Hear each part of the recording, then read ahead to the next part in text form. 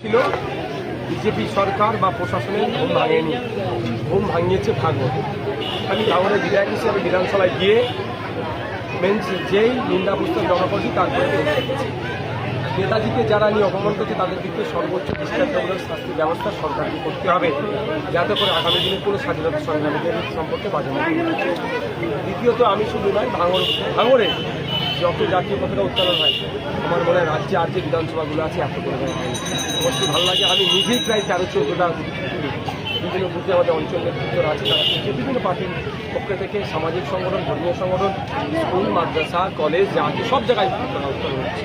বিগত দিনে যেভাবে শাসকদল ছিল বাধা সৃষ্টি হতো এবং আজকের আপনারা যেভাবে ভাঙড় বিধানসভাতে ক্ষমতায় আসলেন, যে পরিচয়টা দিলেন যে শান্তভাবে দেশের পতাকা তুলতে, এটাই কি একেবারে একটা ছবি তুলে ধরলেন? এখানে যারা প্রধান বিরোধী হিসাবে এখন বা যারা বিরোধী আছে তাদের কাউকে ডিস্টার্ব পরিস্থিতি বলতে পারবে, একটা জায়গায় বলতে পারবে কারণ হতো নয়, জাতীয় পতাকা সবাই তুলবে, এটা ডিস্টার্ব আছে। এটা কি শিক্ষা? অবশ্যই।